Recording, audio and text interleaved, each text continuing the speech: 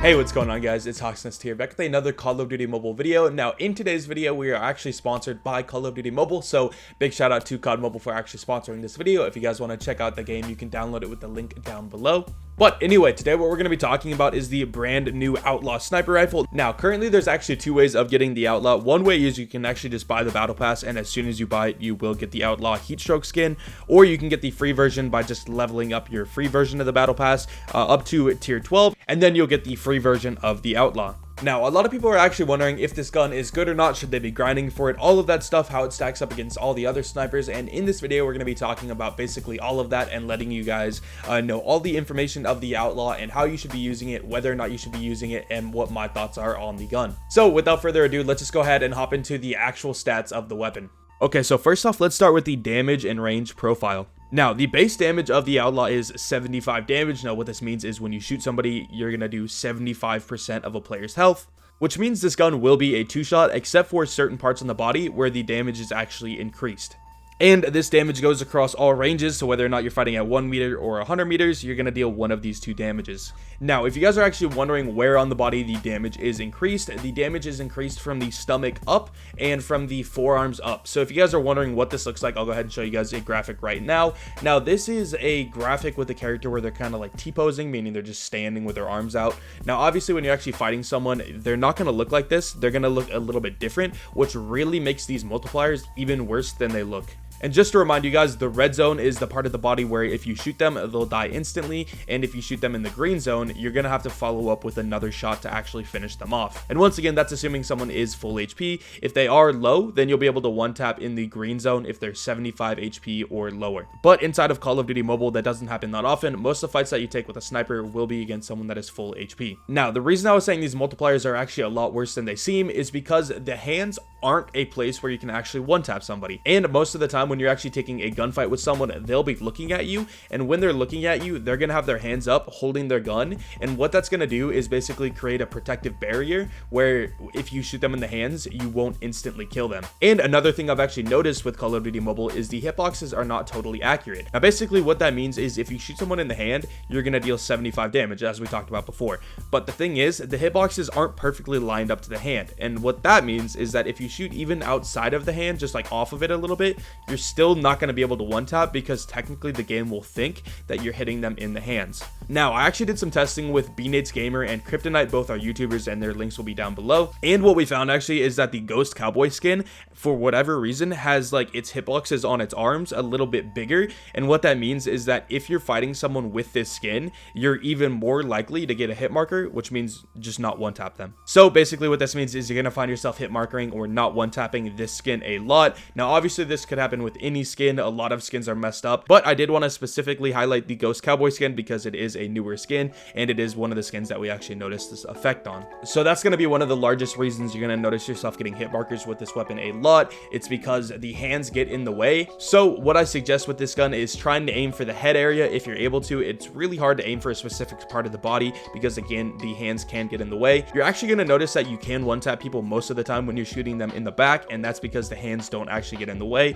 So if you do see someone running away from you, this should be a very, very easy kill. Now, if you guys are curious how these hitbox multipliers compare to the other snipers, I'll go ahead and show you guys the hitbox multipliers for all of the other snipers right now. The DLQ actually has the best hitbox multipliers, just meaning most of the body you can actually one tap. It's only like the waist down that you can't one tap. And then the Locust and the Arctic 50 basically have the same hitbox multipliers as the Outlaw, except the only difference is that the hands and the forearm you can actually one tap with the Arctic 50 and the Locust, which doesn't seem like a big deal, but as we talked about, it is a big deal because the hands do actually cover the chest when a player is holding their gun up, which makes a very big difference. Now, really quickly, I also want to mention the FMJ attachment. Now, a lot of people think the FMJ adds damage to the gun. Now, that's not actually true. You're not going to be doing any more damage. It's not going to change where you one tap people. The only thing the FMJ will do though is it'll make it so when your bullet flies through something, so say you're shooting at like a wall or you're shooting through another player or something like that, it's going to make it so when the bullet comes out of the other side of that surface, it will deal more damage. So for example, say I'm shooting someone through a wall and I deal 80 damage, right? Totally random number.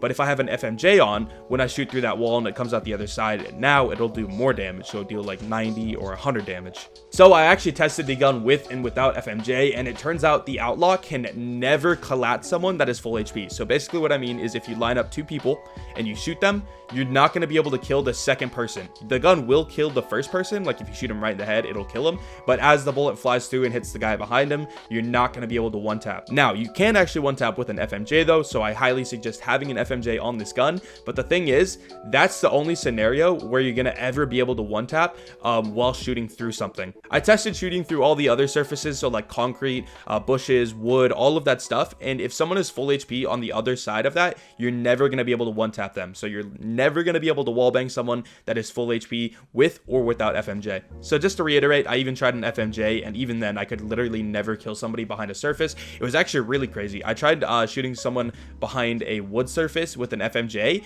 and it literally got them down to like 0.0001 HP, but it wasn't able to kill them. So basically what this means is you're never going to be able to wallbang someone that is full HP, at least not with one shot. Okay, so now that we talked about the biggest negative of the gun, let's go ahead and now talk about the actual positives of the gun. And then at the end, I'll let you guys know whether or not I think the positives outweigh the negative. So in terms of the fire rate of the Outlaw, it actually shoots at a RPM or rounds per minute of 58. And for comparison, you can see all of the other sniper rifle fire rates on your screen right now. So you can see it's actually pretty comparable to like the Locust. Now, where this thing really shines is in its ADS speed, so essentially how fast you can actually scope in. So I measured the scope in speed at 310 milliseconds, and then you can see all of the other snipers on your screen right now. So as you can see, it is a significantly faster scoping sniper rifle than basically all of the other snipers, and it's especially faster than the DLQ. Now for the final strength that I actually found for the weapon, the mobility of the weapon is actually 6.16 meters per second when you're sprinting. So what this means is you'll sprint at a speed of 6.16 meters per second. If you guys want to see all of the other sniper rifle sprint speeds, you can see it on your screen right now.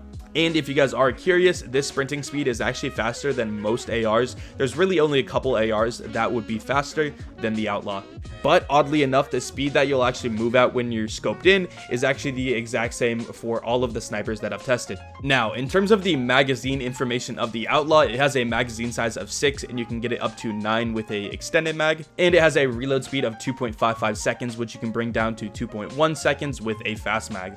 Now, this is actually extremely unique on all fronts. And the reason I say that is because the magazine size is normally 6, just like the DLQ, but the DLQ actually goes up to 8 when you have an extended mag, and the Outlaw will go up to 9 when you have an extended mag. And another unique thing is that the reload speed is 2.55 seconds, and it goes down to 2.1 seconds. Now, what this means is you'll get a reduction of 0.5 seconds for your reload speed when you have a fast mag, which is really like nothing. If you go ahead and look at the Arctic 50, which has a reload speed of 2.6, you can get it down to 1.9 with the fast mag. So this is a reduction of 0.7 seconds, which is a lot more than 0.5. So basically what this means is that the magazine attachment you want to use for the Outlaw is going to be a extended mag. This also makes sense because with the Outlaw, you're going to get a lot of hit markers, so you want to be able to follow up with another shot ASAP.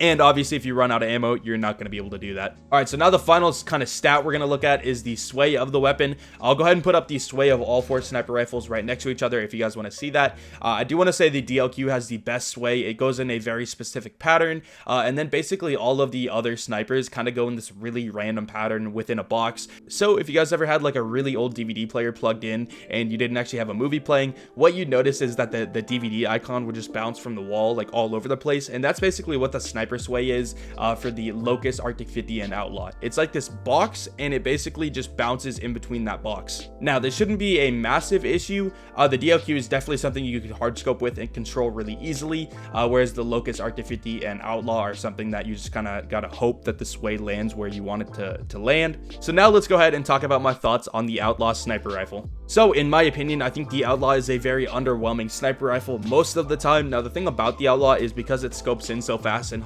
has all of these like nice mobility traits, it's going to be something that's really cool to get clips with. And for example, if you guys know Godsley, he's another YouTuber, he actually hit a really nice clip with this gun. I'll actually play it for you guys right now, but as you can see, the Outlaw is something that you could get really cool clips with. I think it's something that's really fun to use, I guess, when you're not hit markering. But the thing about it, once again, is it's going to hit marker so much that that all of these other like traits about it, like the fast ADS speed, the fast running speed, all of that stuff, it just really doesn't mean anything if you're not able to kill your opponents. And the fact that even with an FMJ you can't wallbang people with like wood, for example, means that this gun is just, it's gonna hit marker way too often. So in my personal opinion, I think the DLQ and the Arctic 50 are still the go-to snipers. I think the DL is the go-to bolt action and the Arctic 50 is the go-to semi-auto. I think the Locust is still something that could be used. I think, in my opinion, if you want to go with something that's a little bit faster, then the Outlaw is the way to go, just because it's more fun to use. But if you're actually trying to win games and be competitively viable, I still think the DL and the Arctic are just the way to go. Now, in terms of what I think COD Mobile could do to the Outlaw, and I think they will do in the future if they want to make this gun actually kind of like viable,